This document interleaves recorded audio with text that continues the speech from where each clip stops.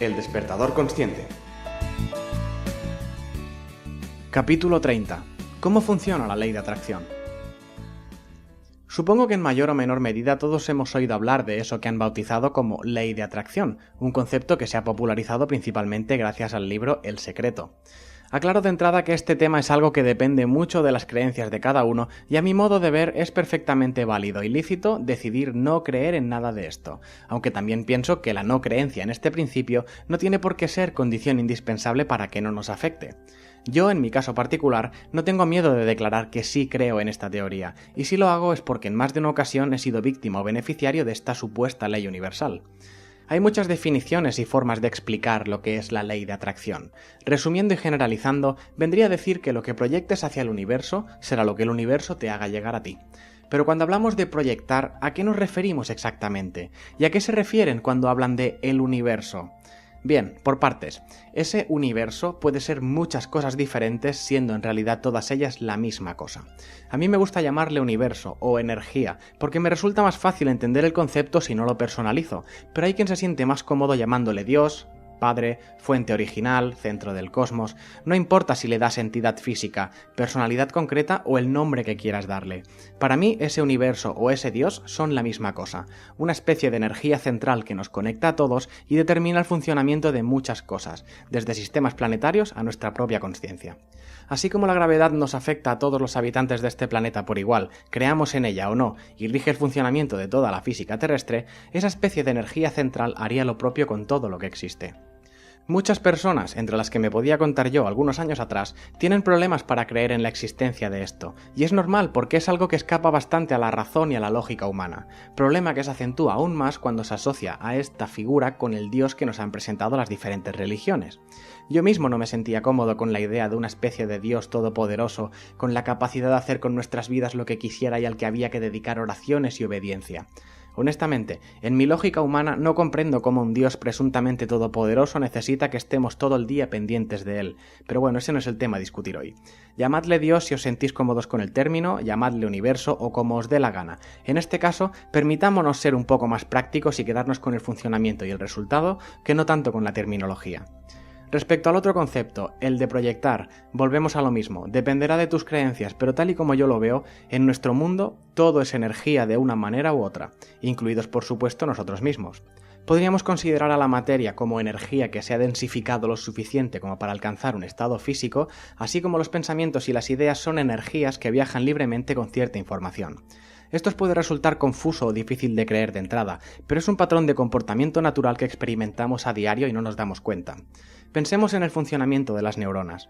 Lo que encontramos son pequeñas células con una determinada carga eléctrica que transportan información por todo el organismo. Del mismo modo que una corriente eléctrica determinada fluyendo por los circuitos de un microprocesador también transporta información aunque sea en su forma más básica, los unos y los ceros. Evidentemente, como en cualquier situación de comunicación, es necesario un emisor, un mensaje y un receptor. Pues en la ley de atracción, el receptor sería ese universo, o ese Dios que simboliza todo lo que nos rodea, tanto en microcosmos como en macrocosmos. El emisor evidentemente serías tú, incluso de manera inconsciente, y el mensaje sería lo que proyectas en tu día a día, o en algunos casos de forma concreta y enfocada cuando pides un deseo. De hecho, mi creencia al respecto es que todos estamos emitiendo en todo momento esa energía que nos caracteriza, y que depende en gran medida de nuestro estado mental y de ánimo. Esa energía que yo creo y siento que emitimos todos, tal vez os suene más familiar si la llamamos aura, como esa especie de capa energética que nos envuelve y es en parte el resultado de lo que pensamos y sentimos a todas horas, que inmediatamente es proyectado hacia el exterior y a su vez hacia donde tenga que ir. No hay que entenderlo como un deseo concreto que se convierte en una especie de rayo de luz que viaja al centro del universo y a la velocidad de la luz nos rebota la señal con nuestros deseos cumplidos. No, creo que es más bien algo continuado que puntual, aunque tampoco descarto que los deseos así puedan funcionar, no lo sé. Esto es más sencillo de lo que parece. Por ejemplo, todos conocemos a esa persona que por algún motivo es pesimista hasta en la situación más favorable, ¿no es así? ¿Y no os ha pasado que estando un rato cerca de esa persona os habéis visto afectados de alguna manera por ese pesimismo y al poco rato os encontráis cansados, desanimados o de mala leche sin un motivo aparente? Ojo, no digo que la persona nos influencie negativamente por propia voluntad y para fastidiarnos. Si lo hace, suele ser de manera totalmente inconsciente. Igual que en el caso contrario, personas a las que te acercas y te alegran el día sin decirte nada, que te contagian sus ganas de vivir y de disfrutar. De verdad que espero que conozcáis a mucha gente así, porque son una maravilla. Evidentemente esto no solo depende de factores energéticos, el componente psicológico aquí juega un papel fundamental, pero creo firmemente que ambos campos se afectan mutuamente y más de lo que nos creemos. Es decir, un pensamiento negativo puede llevarte a generar y proyectar energía negativa, o dicho de otro modo, energía de vibración más baja. Así como estar expuesto a energías de vibración baja puede impulsar la creación de pensamientos negativos en tu mente. Repetiré tantas veces como sea necesario que puedes creer en esto o no. Como he mencionado en anteriores capítulos, la decisión siempre será tuya. Pero creo que esta es una de esas cosas que podrían merecer un poquito de nuestra atención, porque si entendemos cómo funciona, tal vez pueda tener un impacto positivo en nuestras vidas o por lo menos evitar o mitigar ciertos impactos negativos. Desde luego habrá mucha gente que diga que esto es solo una tontería y que no tiene sentido, cosa que respetaré sin reproche alguno. Es muy válido creer que no existe esa energía de la que yo hablo y que lo único que aplica de verdad en esta vida es la acción-reacción meramente física. Pero precisamente por eso, si las leyes de Newton que nos hablan de acción-reacción se pueden aplicar a todo lo físico, ¿qué nos hace pensar que a un nivel energético o metafísico si quieres, no pueda haber leyes del mismo tipo? Es decir, si uno envía o proyecta una energía con una vibración concreta al universo o a donde sea, es probable que le sea devuelta una energía de la misma intensidad en sentido contrario. De hecho, pensad si esto es importante, que al proyectar no solo lo haces hacia el universo o hacia Dios o hacia donde sea, también lo estás haciendo hacia la gente que tengas alrededor. Si eres un padre tierno, amable y cariñoso, tus hijos se comportarán contigo de forma diferente a si eres un tirano manipulador con ellos. Y no te sorprendas si el amor que recibes siendo de una manera no tiene nada que ver con el que recibirás siendo de la otra. De hecho, en uno de los casos es posible que ni siquiera se llegue a generar ningún tipo de amor. Esto de la ley de atracción no es magia ni ciencias ocultas, esto es la vida día a día, solo que enfocado desde un plano de conciencia más elevado, en el que aspiras a entender y utilizar para bien estos mecanismos, que en realidad sabemos perfectamente que están ahí, aunque la razón nos diga lo contrario. Creo que llegados a este punto hay que ser más específicos cuando hablamos de tipos de energía proyectada. Lo normal es pensar en energía positiva y energía negativa, como los imanes, pero eso es solo porque nuestro mundo vive en absoluta dualidad, como ya expliqué en el capítulo 6. Damos por hecho que no hay blanco sin negro, ni luz sin sombra, pero en términos metafísicos o cósmicos, si lo prefieres así, no existen esos extremos. Somos nosotros los que polarizamos la realidad. Es decir, si digo amor, la respuesta contraria solemos pensar que es odio, pero no es así. Amor y odio son en esencia la misma energía, enfocada desde extremos opuestos de intención. Por eso se dice que del amor al odio hay un paso, así como también se dice que lo contrario del amor no es el odio, sino la indiferencia, es decir, ausencia de amor así como de odio. A mi modo de ver, la diferencia entre amor y odio solo radica en la vibración proyectada de esa energía. ¿Y eso cómo se determina? Como ya he mencionado, por la intención. Amar u odiar es sencillamente enfocar tu atención y energía hacia otro ser. La diferencia está en que cuando amas lo que envías a ese ser es vibración positiva, o mejor dicho, vibración de frecuencia elevada, mientras en el caso opuesto, cuando odias, lo que envías es vibración negativa, o mejor dicho, de frecuencia baja, pero en esencia en ambos casos consiste en enviar energía o atención a alguien mediante el pensamiento. La misma naturaleza te ilustra este funcionamiento de manera sencilla. Trata bien a un animal y el animal te tratará bien en respuesta. Trátalo mal o atácale y espero que vayas bien armado, porque si no igual te encuentras en un aprieto. Todo esto dando por hecho que los animales no están hambrientos, porque de ser así, no sé si les importará mucho la vibración que emitas mientras estés tierno. Pero bromas aparte, los animales son otro buen pilar para entender estas vibraciones. Si tenéis mascotas en casa y recibís visitas de vez en cuando, es interesante ver cómo reaccionan los animales, especialmente perros y gatos, a los invitados que han llegado a casa. Si podemos decir que los animales no entienden de personalidad o de carácter humano, ¿cómo es posible que reaccionen de manera diferente a la gente que se les acerca? Yo tengo amigos que nunca han podido ni acercarse a mis gatas, mientras que otros es cruzar la puerta y las gatas vienen como locas a recibirlos y a buscar sus caricias. Y estoy hablando de primeras visitas, sin que haya un trato previo o que el animal se haya podido acostumbrar a la persona en cuestión. Creo que eso ocurre porque los animales son sensibles a estas energías que desprendemos y proyectamos y reaccionan en consecuencia. Los seres humanos hemos aprendido a guardar las formas y anteponemos los modales a las sensaciones que nos transmiten las personas, pero yo también he tenido ganas de salir corriendo alguna vez con según qué gente. ¿Vosotros no? Al principio os he dicho que yo creo en esta teoría porque la he experimentado en mí mismo, y os pondré un par de ejemplos. El primero va a servir casi a modo de confesión pública. Hace muchos años, cuando empezaba el bachillerato, un día compartimos la clase con alumnos de otros cursos, y las mochilas de todos se quedaron allí durante el recreo. Era la época del boom inicial de los móviles y casi todo el mundo ya tenía su propio terminal.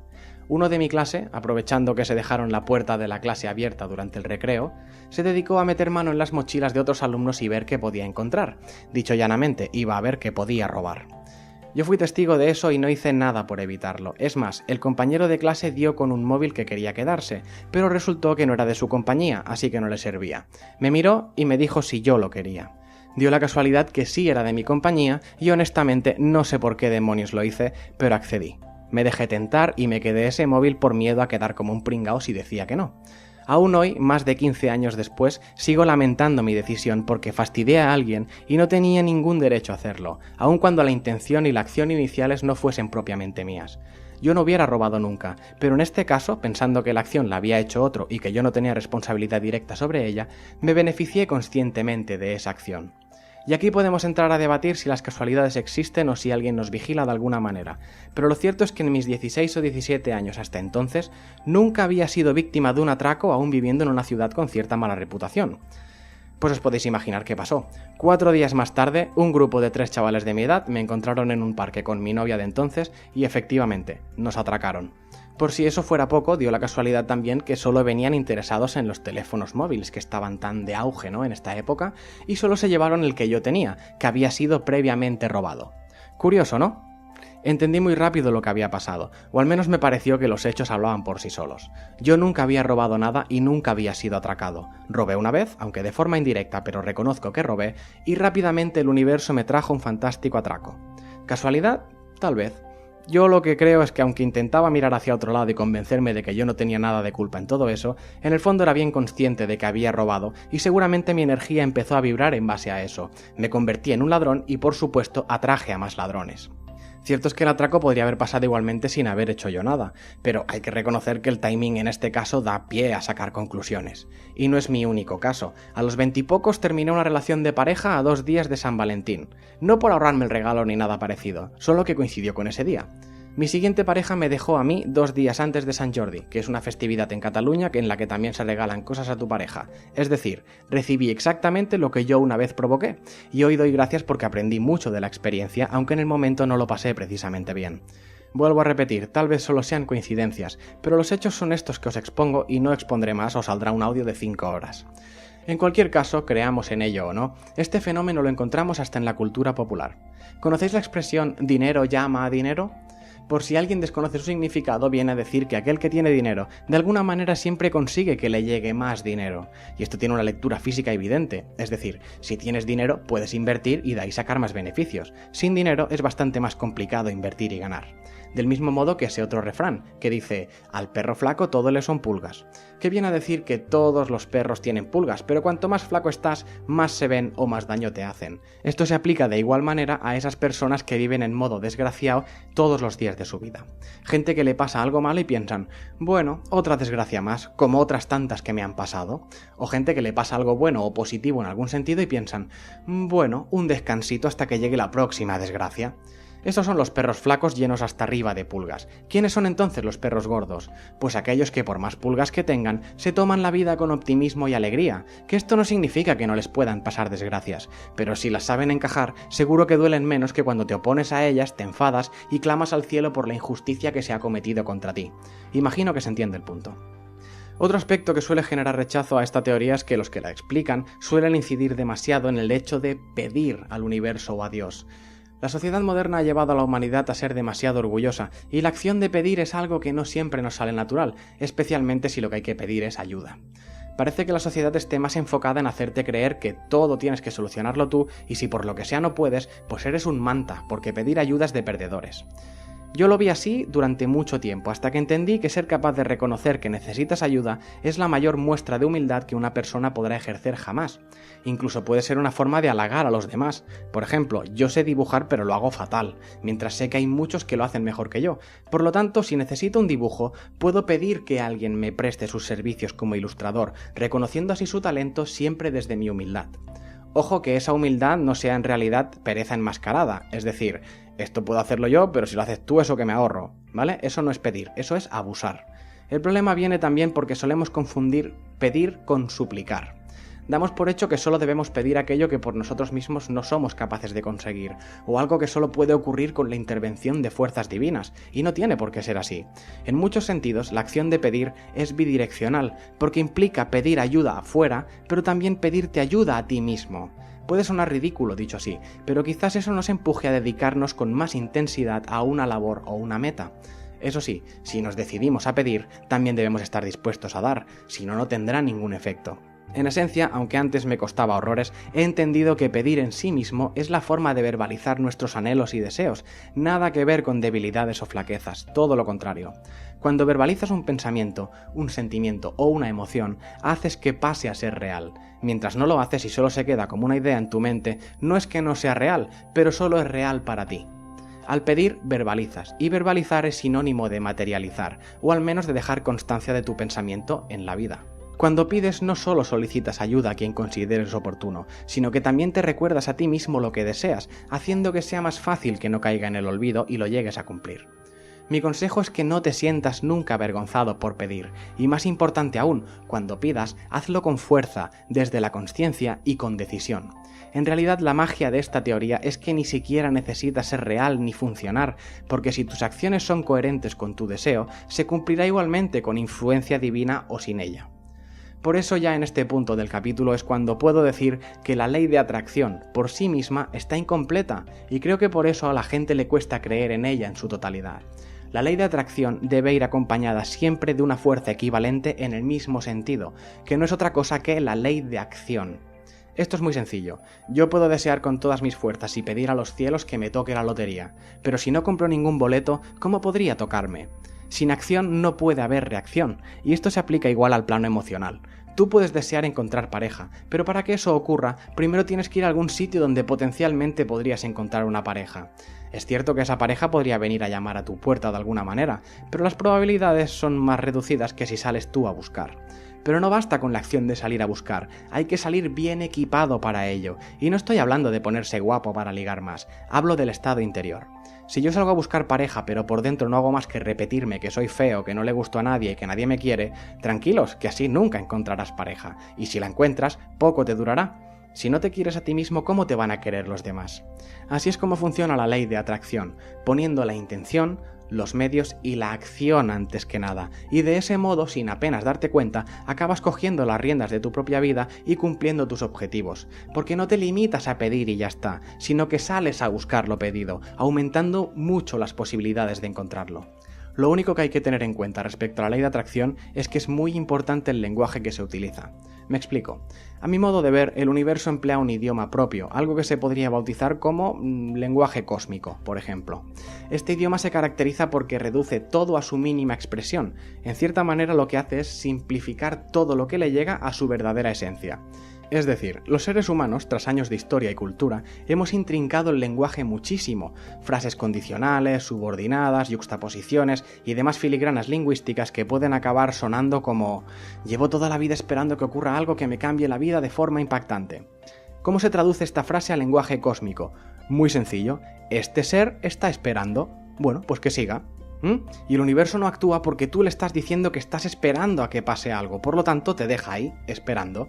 Fijaos cómo cambia la frase si de entrada decimos, casi decretando, quiero que me pase algo que me cambie la vida de forma impactante. Aquí el universo al menos sabe lo que quieres, y si has hecho lo que debías, te lo acabará haciendo llegar. O tal vez no, pero al menos el deseo ha sido bien expresado y te habrá llevado a moverte para conseguirlo. Es como si vas repitiendo esa frasecita de, a mí es que al final todo me sale mal. ¿Qué entiende el universo en este caso? Pues que a esa persona concreta todo le sale mal, así que sigamos haciendo que le vaya mal. ¿Esto lo hace el universo porque es un cabrón y te odia? No, lo hace porque eres tú el que se lo está pidiendo, solo que no te das cuenta. Cambia la frase por a mí las cosas siempre me salen bien, y veremos qué pasa. Evidentemente no vale con decir esto en voz alta y pensar lo contrario por dentro, porque la señal contradictoria que envías solo te devolverá algo contradictorio o directamente negativo para ti, porque no ha sido concreto. Conozco un caso de un tío que deseaba con todas sus fuerzas que le dieran un ascenso en el trabajo. Un día la persona que ocupaba ese puesto murió en un accidente y el jefe le dio el puesto del fallecido a este tío. Enhorabuena, ahí tienes tu ascenso. Lo que no sé si lo querías de esta forma, porque la persona que ha salido perdiendo podría haber sido un amigo o un ser querido. Sé de otro caso de alguien alguien que pedía a gritos y a toda costa tener más tiempo libre y un día llegó a la oficina y el jefe le dijo que estaba despedido por recortes de personal. ¿Querías tiempo libre? Pues ahí tienes todo el tiempo que puedas necesitar y más. Aunque el ejemplo más flagrante de esto que os explico lo encontramos en el sentimiento de la envidia, con un pensamiento que podría ser: ojalá tuviera lo que tiene ese tío de ahí. ¿Qué interpreta el universo en esta frase? Pues sencillamente que tú no tienes nada, o que lo que tienes no es suficientemente bueno para ti y por eso quieres lo que tienen otros. Por lo tanto, ¿qué hará el universo en consecuencia? Pues o no hará nada porque tú le has dicho que nada tienes y nada te dará, o peor, te quitará lo que ya tenías porque como tampoco lo valoras, no será importante para ti, así que fuera. Así es como yo creo que funciona el universo y la ley de atracción. Como os decía, no es necesario creer en esta ley o teoría para que funcione. La diferencia está en intentar que funcione de la manera más conveniente para nuestros objetivos e intereses en la vida.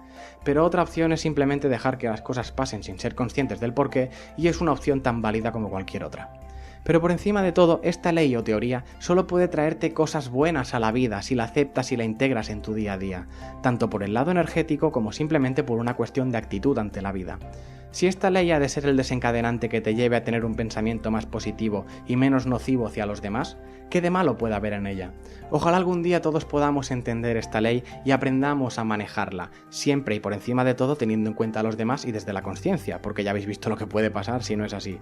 Pero de ser así, yo estoy convencido de que el mundo seguramente lo agradecería mucho. ¿Oís eso? Es hora de despertar.